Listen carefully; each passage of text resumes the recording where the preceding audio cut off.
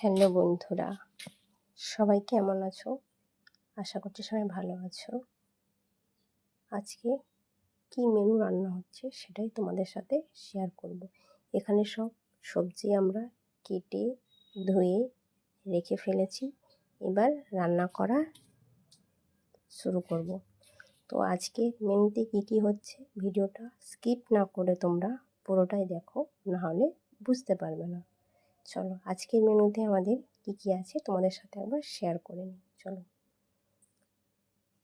সবসময় তো মানুষের রান্না করতে নাও ভালো লাগে না, আমার কিন্তু রান্না করতে বেশ ভালোই লাগে, তাই তোমাদের সাথে শেয়ার করছি। কার কার রান্না করতে ভালো লাগে আমাকে কমেন্ট করে জানিও। আর বৃষ্টির দিনে একটু এরকম স্পাইসি বা মুখরোচক খাবার না খেলে আমার ঠিক মনটা ভরে না। কার কার বৃষ্টির দিনে এই খাবারগুলো খেতে ভালো লাগে একটু কমেন্ট করে জানিও। আর আজকে আমাদের কি রান্না হচ্ছে সেটা জানতে হলে কিন্তু পুরো ভিডিওটা তোমাদেরকে দেখতে হবে। চলো কি রান্না হচ্ছে দেখো। দেখো এখানে পটলটা প্রায় ভাজা হয়েই গেল, পটল ভাজা আমাদের কমপ্লিট। তারপরে কি ভাজা হচ্ছে তোমরা কমেন্ট করে জানিও কিন্তু। এখানে কড়াইশুঁটিও ভাজা আমাদের হয়ে গেল, তারপরে ভাজা হবে আমাদের ডিম ভেজেও ফেলেছি, ডিম ভাজা কমপ্লিট, দেখতেই পাচ্ছ। চলো তোমাদের সাথে রান্না করতে করতে একটা কথা শেয়ার করি। সবসময় রান্না করতে করতে কিন্তু অনেকের গল্প করতে খুব ভালো লাগে, আমার কিন্তু উল্টো, রান্না করতে করতে আমার আবার গান শুনতে খুব ভালো লাগে। দেখতেই পাচ্ছ এখানে আমার সব সবজি ভাজাও কমপ্লিট হয়ে গেছে, সবজি আছে যেগুলো আমার পছন্দ সেগুলো আমি দিয়েছি। তোমাদেরও যা যা পছন্দ তোমরা সেই সবজিগুলো দিয়ে রান্না করতে পারো। আমার এখানে সব সবজি ভেজে হয়ে গেছে, এবারে দেখাচ্ছি চলো কি আছে। আচ্ছা বন্ধুরা, তোমরা কোথা থেকে কে কী ভিডিও দেখছো একটু কমেন্ট করে জানিও কিন্তু।